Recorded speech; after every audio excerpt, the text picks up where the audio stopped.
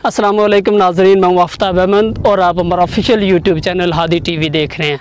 आजकल ईद उल अज़हा की तातीलात के सिलसिले में इस्लामाबाद आए हुए हैं, तो ये वीडियो आउटडोर में शूट कर रहे हैं। आपको बैकग्राउंड पे माशाल्लाह अच्छा एक व्यू नज़र आ रहा होगा।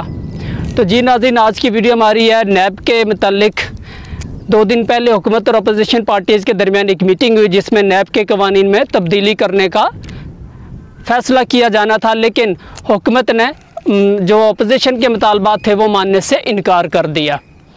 हुकूमत का कहना था कि अगर अपोजिशन के मुतालबात मंजूर कर लिए जाते हैं तो जो एहतसाबी का अमल है वो ख़त्म होकर रह जाएगा।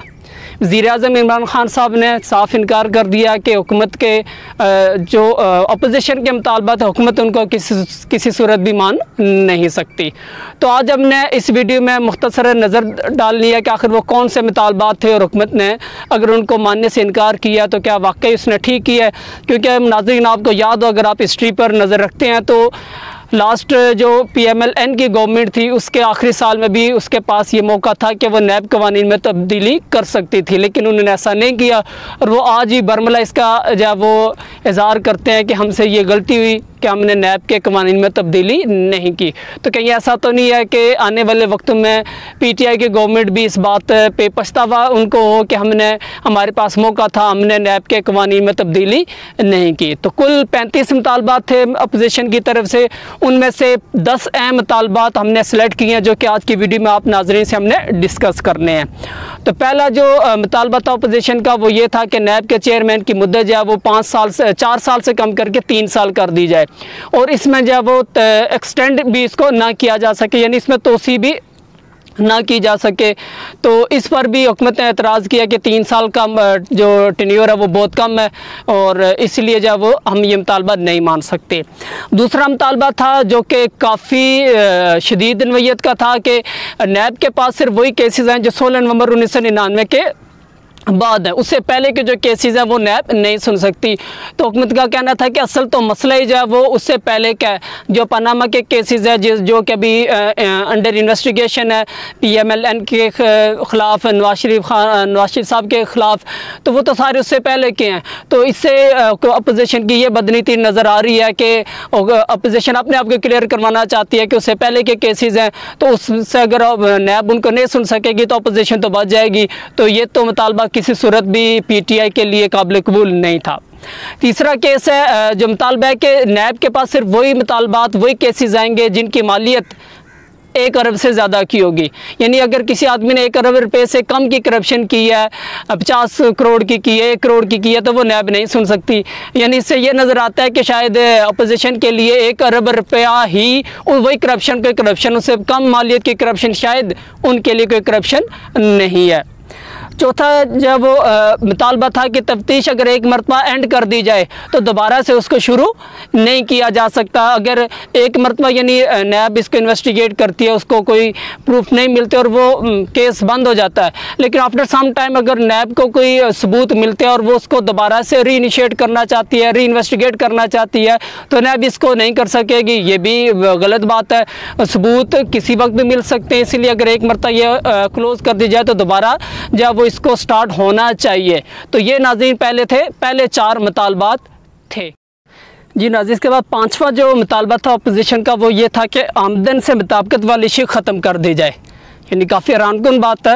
यानी अगर एक आदमी की माहाना इनकम 1 लाख रुपये अगर उसकी सैलरी है और उसके जो है वो साल की इनकम बनती है 12 लाख, लेकिन उसके जो एक्सपेंसेस नज़र आते हैं, उसकी जो प्रॉपर्टी नज़र आती है वो अरबों की है, वो करोड़ों की है, तो इससे तो डाउट होता है कि एक आदमी की इनकम ही 12 लाख रुपए बनती है और वो सालाना जो अपने बच्चों की फॉर एग्जांपल फ़ीस ही दे रहा है वो 20 लाख दे रहा है, तो भाई वो कहाँ से इनकम जो है वो जनरेट कर रहा है। तो नैब को तो शक होगा।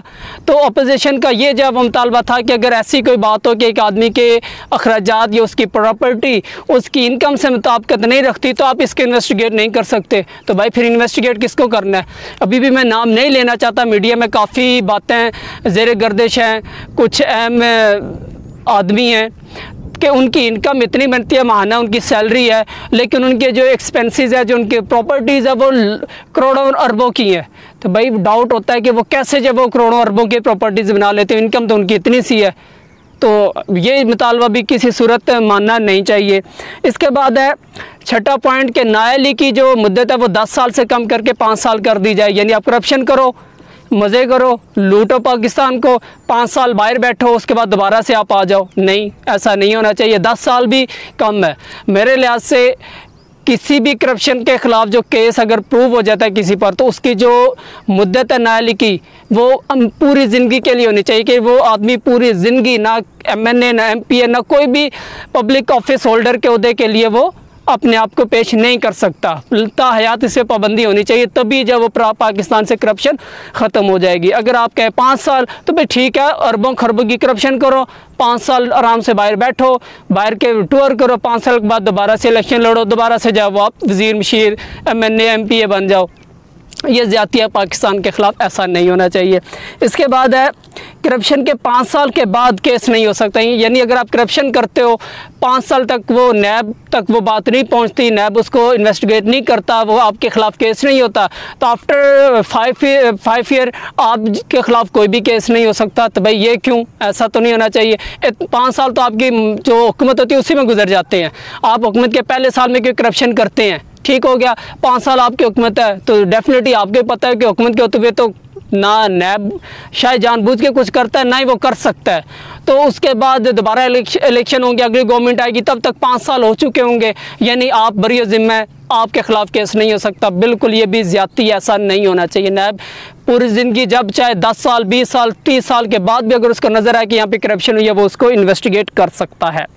8वां पॉइंट है सज़ा होने तक गिरफ़्तारी नहीं हो सकती। यानी जब तक सज़ा नहीं होगी तब तक गिरफ़्तारी नहीं हो सकती। ये वाइट कॉलर जब वो क्राइम है, इसको इन्वेस्टिगेट करना बहुत मुश्किल है। या तो फिर नैब को वो इख्तियारात होने चाहिए जो कि हमारी आम पुलिस के पास हैं, जो वो आम आदमी के लिए करती है। जो कहते हैं 2 या 4 लित्र पड़ते हैं तो आदमी ने जो गुनाह नहीं भी किया होता वो भी करके मान जाता है कि हाँ मैंने ये किया है। तो अगर आप आदमी को उस जो मुलजिम होगा वो गिरफ़्तार भी नहीं कर सकते, उसके ख़िलाफ़ इन्वेस्टिगेशन कैसे करेंगे? तो ये भी नहीं होना चाहिए। इसके बाद 9वां पॉइंट है कि गुमनाम दरख्वास्त पर कार्रवाई नहीं हो सकती। यानी एक आदमी नैब को दरख्वास्त करता है कि हमारे एरिया में ये काम और इसमें इतनी करप्शन की है फ़लाँ बंदे ने, और वो अपना नाम नहीं जब वो शो करना चाहता। आपको पता ही है कि सिक्योरिटी के क्या हालात है, कौन किस में इतनी हिम्मत है कि वो इतने बड़े बड़े जो मगरमच्छ जो ये करप्शन करते हैं उनके ख़िलाफ़ एप्लीकेशन लिखे और अपना नाम भी इसमें मेंशन करे। ऐसा तो कोई भी नहीं कर सकेगा। तो अपोजिशन का ये मुतालबा था कि अगर कोई गुमनाम एप्लीकेशन आपके पास आती है जिसमें आप से दरख्वास्त की जाती है कि आप जब वो इसकी इन्वेस्टिगेशन करें और उसमें बंदे का नाम नहीं लिखा होता, तो आप जब उसकी इन्वेस्टिगेशन नहीं कर सकते। भाई ये भी गलत है, ऐसा नहीं होना चाहिए। आप करप्शन की इन्वेस्टिगेशन करनी है ना, आदमी को तो आपने नहीं देखना। ऐसे तो कौन आदमी किसकी हिम्मत है कि जो अपनी जान अपने फैमिली की जान रिस्क पे डाल के जो वो किसी आदमी के ख़िलाफ़ जो वो दरख्वास्त देगा। और पुलिस कितनी उसको सिक्योरिटी देती है वो आपको पता है। कितने जब वो केसेस हुए हैं जिन बेचारों ने केस किए हैं वो उनको मार दिया गया। अब नाम यहाँ पे मैं नहीं लेना चाहता, वरना आप नाजरीन को पता ही होगा कि कितने कस्टम जो अफसरान थे जिन्होंने केस जब वो इन्वेस्टिगेट किया स्टार्ट किया और उनको जब वो मार दिया गया। तो ऐसा नहीं होना चाहिए। इसके बाद अगर कोई 2 मुलजमान है और किसी मखसूस एरिया से उसका ताल्लुक है और नैब उसको उसी एरिया में जाकर इन्वेस्टिगेशन कर सकता है, उसके किसी दूसरी जगह पर नहीं बुला सकता। ये भी गलत बात है, ऐसा नहीं होना चाहिए। नैब जहाँ पे चाहे जब चाहे जिस जगह पे उसका ऑफिस हो वो उसको नैब उसको जहाँ चाहे जिस शहर में भी चाहे जहाँ उसका ऑफिस हो वो बुला सकता है। नैब उसका मुलाजिम तो नहीं है कि उसके शहर में जाकर उससे इन्वेस्टिगेशन करेगा। तो ये 10 बड़े मुतालबात थे नाज़रीन जो कि अपोजिशन ने किए, जिनको हुकूमत ने मानने से इनकार किया कि अगर हुकूमत इन मुतालबात को मान लेती है तो फिर जो नैब का इदारा है उसकी जो रूह है वही ख़त्म होकर रह जाएगी, जो अकाउंटेबिलिटी का जो प्रोसेस है वही ख़त्म होकर रह जाएगा। तो फिर इस इदारे को ही ख़त्म कर देना मेरे ख्याल में फिर बेहतर है। अगर आप उसमें से सारे वो उसकी पावर उसके अथॉरिटीज़ ले लेते हैं और उसके बाद अगर उसे कहते हैं कि वो इन्वेस्टिगेट करे, तो नैब तो इतनी अथॉरिटी होने के बावजूद आप देख रहे हैं कि साल साल केस चलते वो प्रूव नहीं कर पाता। तो अगर ये चीज़ें उससे ये अथॉरिटीज़ ले ली जाए तो फिर तो इम्पॉसिबल हो जाएगा कि वो इन्वेस्टिगेट कर सके। तो जी नाज़रीन, ये थी आज की हमारी वीडियो। उम्मीद करते हैं आपको ये वीडियो पसंद आई होगी। आप इस वीडियो को ज़्यादा से ज़्यादा शेयर कीजिएगा और हमारे चैनल को सब्सक्राइब कीजिएगा, और ताकि पाकिस्तान से करप्शन को ख़त्म किया जा सके। जो हमारा या आप सबका ख्वाब है कि करप्शन फ्री पाकिस्तान हो, उसका ख्वाब जो है वो शर्मिंदा ताबीर हो सके। शुक्रिया, अल्लाह हाफ़िज़।